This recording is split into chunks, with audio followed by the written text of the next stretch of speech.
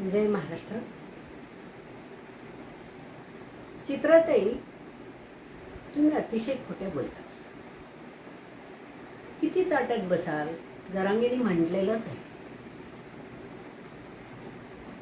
त्या लाडक्या बहिणींबद्दल तुम्ही बोलताना बोलल्यात की आपल्या नवऱ्याच्या मेसेजची वाट नाहीत पाहत, त्या देवा भाऊच्या मेसेजची वाट पाहतात.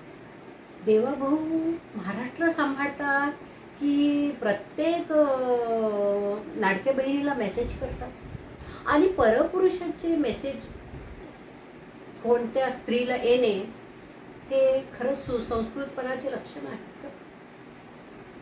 आणि काही उलटसुलट बोलायचं. ज्या 50% 60% लाडक्या बहिणींचे पैसे बंद केलेत तुम्ही, त्या एक दिवस